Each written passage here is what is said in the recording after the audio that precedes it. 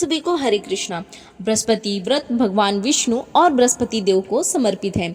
इस व्रत को करने से जीवन में सुख, समृद्धि, धन, वैभव और मनोवांछित फल की प्राप्ति होती है। और यह व्रत भगवान विष्णु की कृपा प्राप्त करने के लिए भी की जाती है। यह व्रत तभी पूर्ण मानी जाती है जब श्रद्धा और नियम के साथ कथा सुनी जाए, और अगर व्रत के दौरान कथा ना सुनी जाए तो व्रत अधूरा माना जाता है। तो आइए चलिए शुरू करते हैं और सुनते हैं आज की पावन कथा। भारतवर्ष में एक प्रतापी और दानी राजा राज्य करते थे। वह नित्य गरीबों और ब्राह्मणों की सहायता करता था। यह बात उनकी रानी को अच्छी नहीं लगी। वह ना ही गरीबों को दान देती और ना ही भगवान का पूजा करती थी। वह राजा को भी दान देने से मना किया करती थी। एक दिन राजा शिकार खेलने वन को गए थे तो रानी महल में अकेली थी।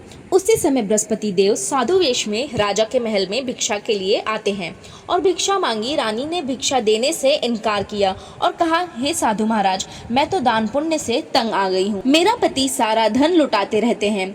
मेरी इच्छा है कि हमारा धन नष्ट हो जाए, फिर ना रहेगा बांस और ना बजेगी बांसुरी। साधु ने कहा, देवी तुम बड़ी विचित्र हो।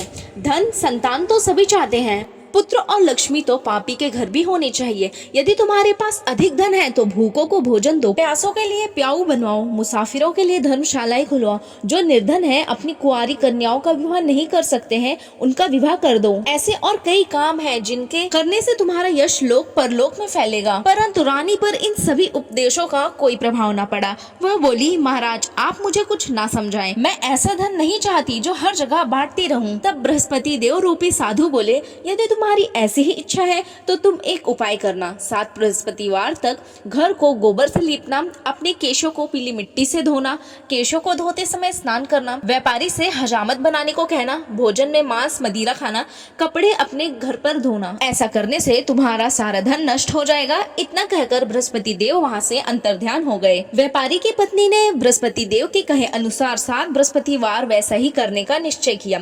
केवल 3 बृहस्पतिवार बीते ही थे कि उसकी समस्त धन संपत्ति नष्ट हो गई थी और वह परलोक सिधार गई। और वह व्यापारी राजा व्यापार करने के लिए दूसरे देश में चला गया था। और जब वह व्यापारी वापस आया तो उसने देखा कि उसका सब कुछ नष्ट हो चुका है। अब वह व्यापारी अपनी पुत्री के साथ दूसरे नगर में जाकर बस गया। वहाँ वह जंगल से लकड़ी काट कर लाता और शहर में बेचता। इस तरह वह अपना जीवन व्यतीत करने लगा। एक दिन उसकी पुत्री ने दही खाने की इच्छा प्रकट की, लेकिन व्यापारी के पास दही खरीदने तक के पैसे नहीं थे। वह अपनी पुत्री को आश्वासन देकर जंगल में लकड़ी काटने चला गया और जंगल में पहुंचने के बाद एक वृक्ष के नीचे बैठकर वह अपनी पूर्व दशा का विचार कर रोने लगा। उस दिन बृहस्पतिवार जी का दिन था। तभी वहां बृहस्पति देव साधु के रूप में सेठ के पास आए और बोले, हे मनुष्य, तो इस तरह जंगल में चिंता में क्यों बैठा है? तब व्यापारी बोला, हे महाराज, आप तो सब कुछ जानते हैं। इतना कहकर व्यापारी अपनी कहानी सुनाकर रोने लगा। उसकी बातें सुन बृहस्पति देव बोले, देखो बेटा, तुम्हारी पत्नी ने बृहस्पति देव का अपमान किया था, इसी कारण तुम्हारा यह हाल हुआ है। लेकिन अब तुम किसी प्रकार की चिंता मत करो। तुम गुरुवार के दिन बृहस्पति देव का पाठ करो। 2 पैसे के चने और गुड़ को लेकर जल के लोटे में शक्कर डालकर वह अमृत और प्रसाद अपने परिवार के सदस्य को और कथा सुनने वालों को बांट दो। और सच्चे मन से बृहस्पति देव भगवान की कथा कहो और बृहस्पति देव का व्रत करो। स्वयं भी प्रसाद और चरणामृत लो। भगवान तुम्हारा अवश्य कल्याण करेंगे। साधु की बात सुनकर व्यापारी बोला, महाराज, मेरे पास तो इतना पैसा भी नहीं बचता कि मैं अपने पुत्री के लिए दही लेकर आ सकूं। तो इस पर साधु बोले, तुम लकड़ियां शहर में बेचने जाना। तुम्हें लकड़ियों के दाम पहले से 4 गुने मिलेंगे, जिससे तुम्हारे सारे कार्य सिद्ध हो जाएंगे। उसने लकड़ियां काटी और शहर में बेचने के लिए चल पड़ा। उसकी लकड़ियां अच्छे दाम में बिकी, जिससे उसने अपनी पुत्री के लिए दही लिया और गुरुवार की कथा हेतु चना गुड़ लेकर पूर्ण मन से कथा की और प्रसाद बांटकर स्वयं भी खाया। उस दिन से उसकी सारी कठिनाइयां दूर हो गई। परंतु अगले बृहस्पतिवार को वह कथा करना भूल गया। अगले दिन वहां के राजा ने एक बड़ा यज्ञ का आयोजन किया और वह पूरे नगर के लोगों के लिए भोज आयोजन किया था। राजा की आज्ञा अनुसार पूरा नगर राजा के महल में भोज करने गया, लेकिन व्यापारी और उसकी पुत्री तनिक विलंब से पहुंचे। अंततः उन दोनों का राजा ने महल में ले जाकर भोजन कराया। और जब वे दोनों लौट कर आए तब रानी ने देखा कि उसके खूंटी पर टंगा हुआ एक हार गायब है। रानी को व्यापारी और उसकी पुत्री पर संदेह हुआ कि उसका हार उन दोनों ने ही चुराया होगा। राजा के आज्ञा अनुसार दोनों को कारावास की कोठरी में कैद कर दिया गया और अब वे दोनों बहुत ही दुखी हुए। तभी उन्होंने बृहस्पति देवता का स्मरण किया।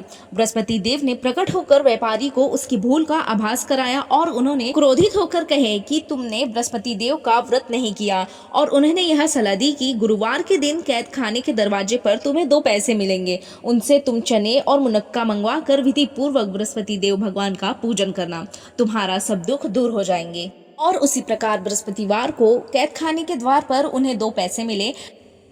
बाहर सड़क पर एक स्त्री जा रही थी। व्यापारी ने उसे बुलाकर गुड़ और चने ले आने को कहा, लेकिन वह स्त्री इस पर बोली, मैं अपनी बहू के लिए गहने लेने जा रही हूँ, मेरे पास समय नहीं है। इतना कहकर वह चली गई और थोड़ी देर बाद वहां से एक और स्त्री निकली। व्यापारी ने उसे बुलाकर कहा कि हे बहन, मुझे बृहस्पतिवार की कथा करनी है, तुम मुझे 2 पैसे का गुड़ चना ला दो। बृहस्पति देव का नाम सुनकर वह स्त्री बोली, भाई मैं तुम्हें अब भी गुड़ चना ला कर देती हूँ। मेरा इकलौता पुत्र मर गया है, मैं उसके लिए कफन लेने जा रही थी, लेकिन मैं पहले तुम्हारा काम करूंगी, उसके बाद अपने पुत्र के लिए कफन लेने जाऊंगी। वह स्त्री बाजार से व्यापारी के लिए गुड़ चने ले आई और स्वयं भी पूर्ण बृहस्पति देव की कथा सुनी। कथा समाप्त होने के बाद वह स्त्री कफन लेकर अपने घर गई। घर पर लोग उसके पुत्र की लाश को राम नाम सत्य है कहते हुए शमशान लेके जा रहे थे।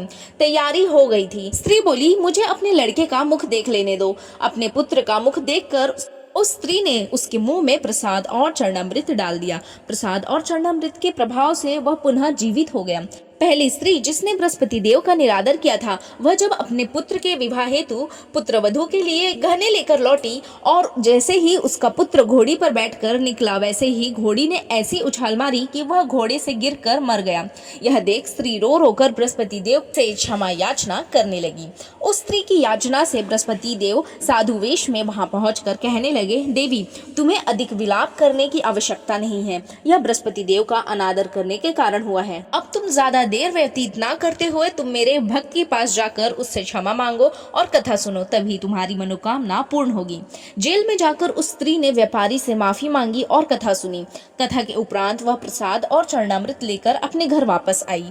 घर आकर उसने चरणामृत अपने मृत पुत्र के मुख में डाला। चरणामृत के प्रभाव से उसका पुत्र फिर से जीवित हो उठा। उसी रात बृहस्पति देव राजा के सपने में आए और बोले, हे राजन, तूने जिस व्यापारी और उसके पुत्री को जेल में कैद रखा है वह बिल्कुल निर्दोष है। तुम्हारी रानी का हार वहीं खुट्टी पर टंगा हुआ है। दिन निकला तो राजा उठकर सबसे पहले उस हार को देखा जो खुट्टी पर लटका हुआ था। राजन ने उस व्यापारी और उसकी पुत्री को जेल से निकाल दिया और उन्हें आधा राज्य देकर उसकी पुत्री का विवाह उच्च कुल में करवाकर दहेज में हीरे जवाहरात भी दिए। इस प्रकार बृहस्पति देव ने अनंत कृपा की उस व्यापारी पर। बृहस्पति देव की व्रत कथा सुनने और व्रत करने से जीवन की हर समस्या का समाधान संभव है। यह व्रत भगवान विष्णु और बृहस्पति देव की कृपा से व्यक्ति के जीवन में सुख, शांति और समृद्धि से भर देता है और बृहस्पति भगवान जो व्रत रखता है उनकी सभी मनोकामनाएं पूर्ण करते हैं। ऐसे ही और वीडियो पाने के लिए हमारी चैनल द ब्रज टेल्स को सब्सक्राइब कीजिए और नोटिफिकेशन बेल आइकन ऑन करना ना भूलें ताकि हमारी वीडियो का सबसे पहला नोटिफिकेशन आप तक पहुंचे। आप सभी को हरे कृष्णा।